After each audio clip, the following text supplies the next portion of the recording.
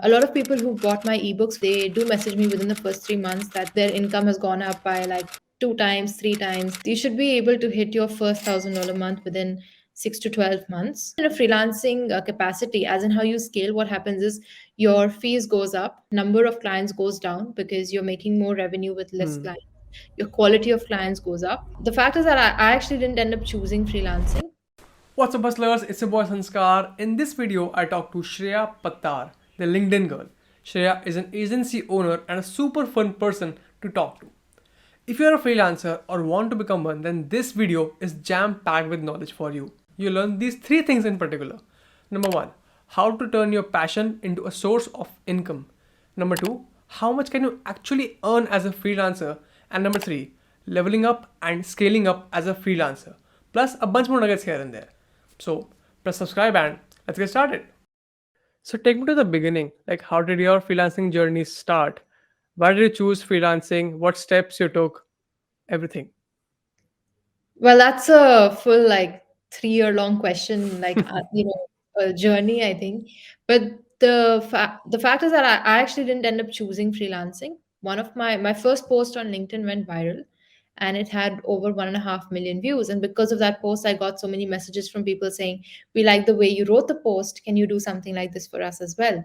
So at the time, I had Okay. just joined university. I was a first year student, just started. Like I was barely 1 month into it, and people started messaging me. I didn't have like a work portfolio, I didn't have much work experience or anything, but I wrote for them, they were happy, and that's how I got into freelancing. So I knew, of course, it didn't just randomly happen. Obviously, like I've been writing since I was really young. So I've been writing since I was like 6 or 7 years old, and I love writing, and I have a lot of practice in writing. Like, writing every single day since a young age is a lot of writing. So I have a lot of practice in writing, a lot of inclination towards it. And yeah, I think just posting on LinkedIn showed me what is possible online. And when I got the opportunity, I just kept going with it, kept creating content on LinkedIn, and kept taking calls, kept saying yes to opportunities. And yeah, here we are. You emphasized on writing so far in this answer of yours. All of your content revolves around writing: newsletter, LinkedIn post, tweets, copywriting, your ebooks. So, how did this happen? Like, writing is a passion of yours, or it just happened कि एक के बाद एक चीज होती रही? It has always been a passion of mine. I think I've grown up around a lot of books. So because of that, I've just seen a lot of read a lot of stories. I also loved watching Disney movies when I was younger. Even now I do. But also just, there was so much emphasis on the storyline, on the language, on storytelling, even through the songs. It was so clear that I think I've just been exposed to so much of that narration that I just wanted to start doing it Hmm. on my own.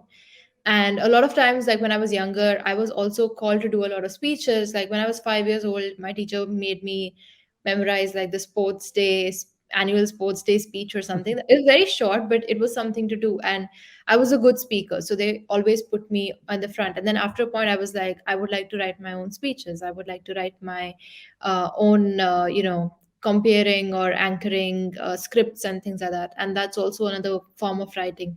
And of course, I received a lot of appreciation. Like my teachers saw it in me. They also, anytime there was a writing competition or speaking competition, they would always call me and tell me, you should definitely go for this. And so it was just all around me in that sense, at home and in school. And that was mostly life, like writing, speaking, all of those things. And yeah, so just kind of channel that online now. So let's talk about how is life as a full-time freelancer, because let's say you're working on a product. So every day you have a single goal. Your team is aligned towards that goal. But Mhm. when you're freelancing, you meet new clients. Every client has a new demand, new deadline, new way of communication. So how is life?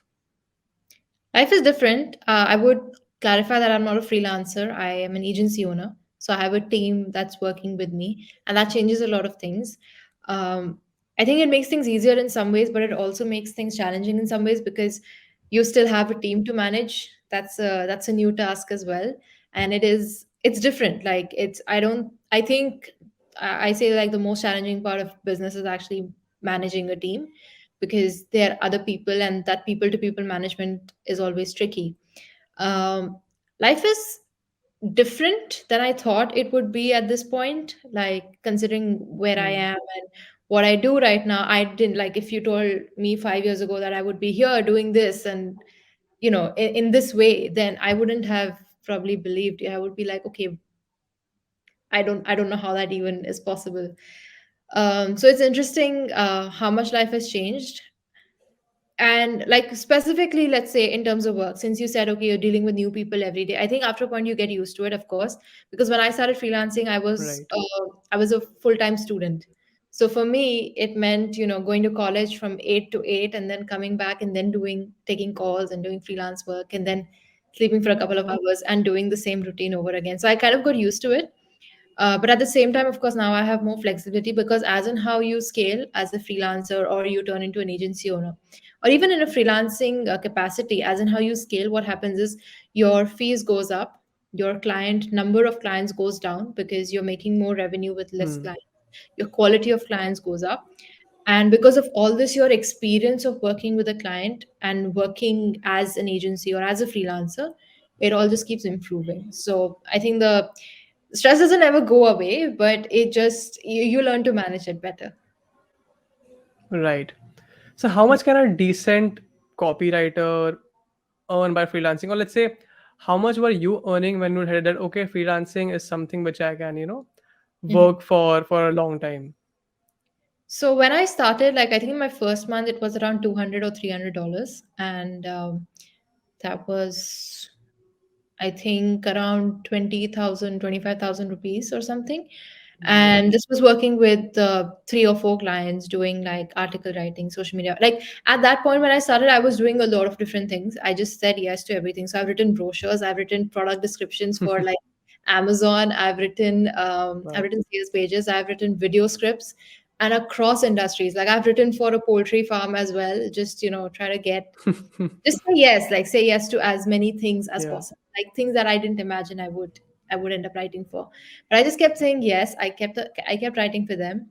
And yeah, so that's where I started with 200 $300. And it was pretty much only that. I think what changed things most for me was when the lockdown hit and I was at home. Then I didn't have college, and I lazed around for a couple of weeks. But then I was like, yeah, this 2 week lockdown is not a 2 week lockdown. It's going to go on. And I thought that okay, now I have time to scale, and that's when I think things really scaled. So it was a long term process, of course, but I think if I had the right resources, maybe it wouldn't have taken as long back then. So how much time did it take for you to reach a decent level? See, it depends on your starting point as well. Because for me, I've been writing for a long time, not content writing, but I have been writing. It's been my interest, and there's something different about my writing that I also understand that people can see. So there is maybe it's just because of the years and years of practice I have, but there is something different about my writing. So for me to pick up content writing, it was different compared to if somebody is just starting from scratch, has no Hmm. idea how to write content or how to write even. Similarly, I realized like after talking to people and after closing deals and getting on client calls that I'm actually pretty good at sales as well. I never formally learned it, but I am pretty good at the persuasion part of things, at tackling objections, and that just comes naturally to me. Explaining and kind of giving enough case studies or giving enough proof and winning trust, that comes naturally to me. So again, if it's not something that comes naturally to someone else, then it'll take them time to learn and things like that. So it depends on what your starting point is. A lot of people who bought my ebooks, for example, I would say they do message me within the first 3 months that they've closed some of like their biggest clients so far. So whatever the clients they had, Okay. it's like their income has gone up by like 2 times, 3 times. Some people have hit $1,000 a month within like 2 3 months of starting freelancing. I'm not even talking about they were not freelancers before. They read the Hmm. ebook, they started, Right. and they were making like $1,000 or something. Um, so yeah, I get a lot of such messages from people saying that okay, I'm making like my family's entire income now by myself. Wow. I didn't know it was possible. So yes, I don't think it's as much about what is the amount you're earning, because for even for the impact that it has in everyone's life is very different. So for somebody, thousand Yeah. dollars a month would be a huge impact. For somebody, maybe even 10,000 may not be, depending on how many people are reliant on them and things like that.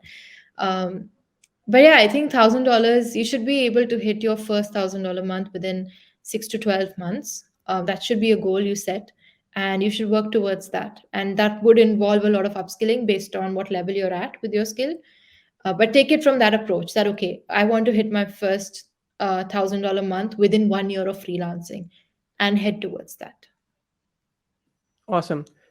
So you Yeah. mentioned that you have been writing from a very young age. But for Mhm. people who are not writing, and obviously it can be learned. Yeah. So any resources you followed while learning, or to get better? Not really. In fact, I always tell people, like, people always ask me, like, I don't have somebody to give feedback and I don't know how I can improve my writing. And I still say that it's not only about feedback. The thing about writing is it's a skill, right? If you just keep doing it the exact same way, also every single Right. day, 3 months later, when you compare that first piece of writing you wrote, you will see a difference in what you've done.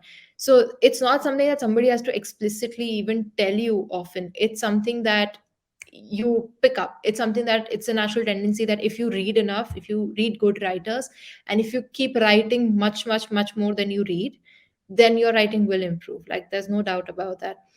I think a lot of people mostly tend to struggle with the basics first. And I think if you are somebody who struggles with grammar or tenses, or just doesn't like struggles with spelling or vocabulary, I think that's the first Hmm. thing you need to fix, because that's the basic. Like, without that, improvement will not be significant, because that's the basic. Without that, nobody's understanding anything. Of course, you can use a tool like Grammarly, but how much would you rely on something like that? You still have to improve. You Right. have to genuinely, it has to be you that's improving.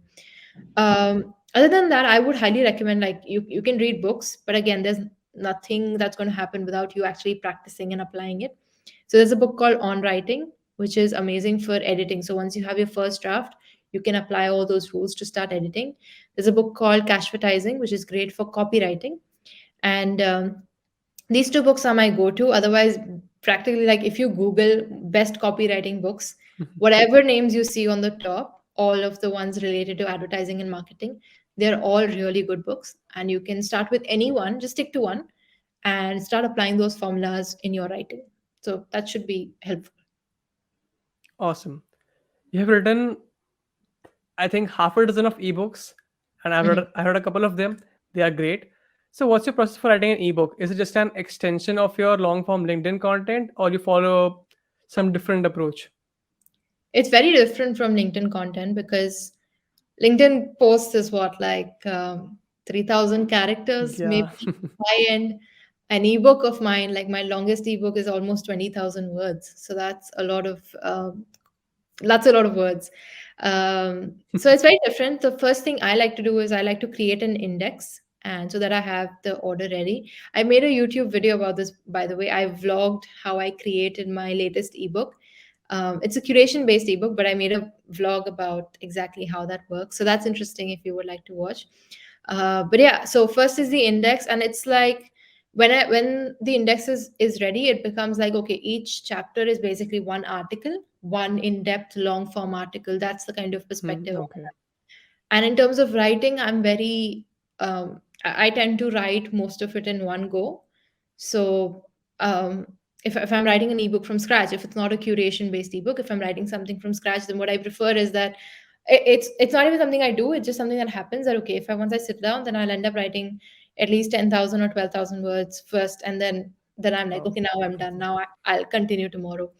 And that's my practice of writing, because I also think that flow is more important when it comes to an ebook. While you're writing, you realize, okay, no, I have to explain this as well, so that the reader understands it, even if they have no context to LinkedIn, or no context to freelancing, or no context to my content or me or who I am. So it's challenging, because you're just like, okay, how basic should you go in this ebook, and how much can you Right. explain before it becomes repetitive, or before it becomes okay, we already know this, why am I reading this again? So there's always that factor in ebooks, like you're trying to keep it simple, but at the same time, how simple can you keep it? But it's fun. For Right. me, it's a lot of fun. It's very stressful as well, but it's something I enjoy. Yeah. So how do you edit? Like you edit while writing, or you first pour down all your thoughts and then you go through it after that? Always after. If you edit while writing, you're not really writing. You're just Hmm. doing this back and forth with yourself, and you're not getting ahead. So yeah, always after writing. Awesome. How does a day in your life look like? Oh, my day keeps changing. Like, I don't have any fixed routine as such. For me, it's like, okay, I have certain tasks that I need to do in the day, and I will do my best to do as many of those tasks as possible. So, for example, today is Monday. So, for me, I know that today I don't want to step out of the house. I'm just going to sit and get all the tasks in order for the week. But later this week, I'm meeting a couple of people, and that's at different hours. So somebody I'm meeting in the morning, someone's in the evening, and that changes my routine. The good thing is, usually I prefer to plan in advance. So then my routine is very flexible. Like I know that, okay, I have to finish certain things before that event comes up.